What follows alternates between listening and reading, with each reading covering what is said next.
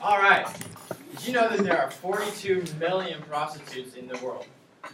According to Aaron Fuchs' 2013 article on Business Insider, there are over 1 million prostitutes in the United States alone. This means that 1 million people illegally sell sex as a form of income in our country. Now, when you think of prostitution, what images pop in your head? In our society, prostitution has a very negative connotation. People think about how ugly the industry can be and the desperation of the men and women who join it. Although those things are sometimes true, they are merely stereotypes. Many escorts, which is a more respectful term for prostitutes, make great livings and have good intentions and enjoy what they do. For example, according to a 2016 article on TopRiches.com, an escort named Ava Chian makes $45,000 a week. With the money she makes, she pays off her dad's medical bills. For being an escort, she saved her father's life and is now a multimillionaire. In this speech, I'm going to argue that prostitution should be legalized for 3 main reasons. To make sex workers safer, to reduce crime, and to make and save money for the government. Prostitution is a profession that has gone on for hundreds of years, and it will continue to go on. So why not legalize it to eliminate the cons and maximize the pros of the industry? First, I'm going to talk about how legalizing prostitution will improve safety from STDs. The World Health Organization approves of decriminalizing prostitution because it would positively impact public health and safety. In their third information bulletin in 2005 called Violence Against Sex Workers and HIV Prevention, the organization stated, quote unquote, violence against sex workers is associated with inconsistent condom use or lack of condom use, and with increased risk of STD and HIV infection. Violence also prevents sex workers from accessing HIV information and services. So in other words, sex workers are afraid to seek services because their job is illegal and they don't want to get in trouble for it. Or their pimps won't allow them to. With this lack of help, sex workers often contract STDs and then spread them to others. In addition, escorts often don't carry condoms on them because it can be used as evidence and it could put them in jail. And no one wants that on their record. Also, according to Eleanor Goldsberg's online article in 2014 called Legalizing Prostitution Could Reduce HIV Infections Nearly in Half, with legalization, legitimate sex businesses would regulate weekly STD checks to ensure the safety of the clients and the workers. They would also mandate condom use to prevent the spread of them in the first place. With all this information, you guys still might not be convinced that legalization would lower STD rates. Well, due to a legal loophole, Rhode Island accidentally legalized prostitution in 1980. I don't know how it's possible, but they did. It wasn't until 2003 that a criminal case brought it into the public's attention, but from then on, many people practiced prostitution legally in the state. So what's the relevance of Rhode Island's slip-up? Well, it served as an experiment that proves my point. According to John Halterwinger's 2014 article called Why Legalizing Prostitution Would Make America Healthier, Wealthier, and Safer, from 2003 to 2009, gonorrhea infection among women in Rhode Island dropped by a whopping 39%. Although it was made illegal again in 2009, those numbers don't lie. To sum up, legalizing prostitution would provide safety from STDs by imposing mandated STD checks and condom use. Alright, next I'm going to talk about how legalizing prostitution would reduce crime. With legal escorts, people could easily find sexual partners.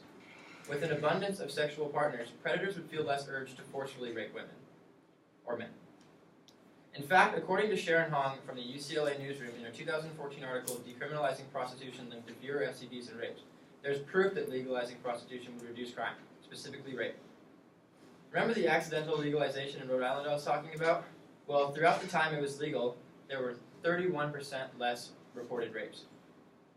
According to Kathy Riesenwitz in her 2014 article called Why It's Time to Legalize Prostitution, legal and easily accessible escorts make it a lot easier for people to get the sex they want, and in turn deters potential rapists. In addition, there would be a lot more legal protection for sex workers. For example, if a sex worker was being assaulted or harassed, they could call the cops and report it, and not have to worry about getting in trouble for their job. Oftentimes, escorts are too worried about incriminating themselves, so they just let the sexual assaulters get away with their crimes, and this leads to them continuing to commit the crimes. So it keeps them on the streets. Protecting escorts by law will demotivate criminals from committing assault crimes because they know that they'd actually get turned in for it and get in trouble. So to sum up, legalizing prostitution would reduce crime because people would feel less of an urge to rape or assault someone sexually. and people would be unmotivated to commit an assault crime because they know they'd actually face legal consequences. Final idea I'm going to be covering is the financial benefits legalizing prostitution would yield. It would make money for the government through tax revenue, and it would save money for the government by eliminating costs associated with arresting prostitutes. According to an online book called Prostitution, Prices and Statistics of the Global Sex Trade, released in 2015 by Havascope, $40 million is spent on prostitution in the United States daily. That adds up to around $14.6 billion dumped into the industry per year. This money is illegal, dirty money, which means that the government is not able to tax it because they don't know where it's coming from.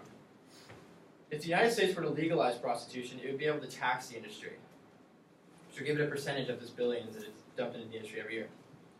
So, for example, if the U.S. applied an 8% sales tax on all sex sales, it would potentially revenue around $1.1 billion. And that's just with an 8% sales tax. That's a lot of money our government could be making, but isn't. So, in addition to making money, money could be saved because there would be fewer prostitution-related arrests. According to an article released by the U.S. Department of Justice, in 2010, 63,000 people were arrested for prostitution in the United States. And according to a 2016 article called Prostitution in the United States, released by HD Legal Resources in 2016, that adds up to around $200 million a year that the government spends on incarcerating these non-violent offenders.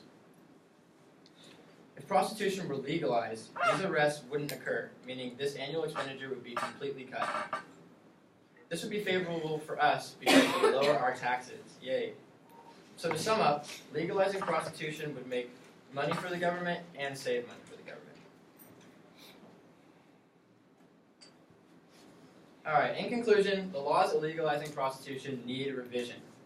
Prostitutes will always exist, so why not accommodate and make the best of the situation?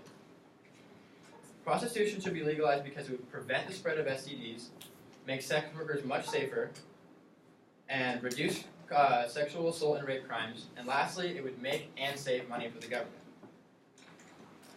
So with all that information in mind, I call you all to try to change the way you view prostitution. I challenge you to try to focus on the pros of the industry as opposed to the cons, and in turn help end the stigma. Ending the stigma is the first step in progressing this good idea. You could all contribute to making a positive change in America.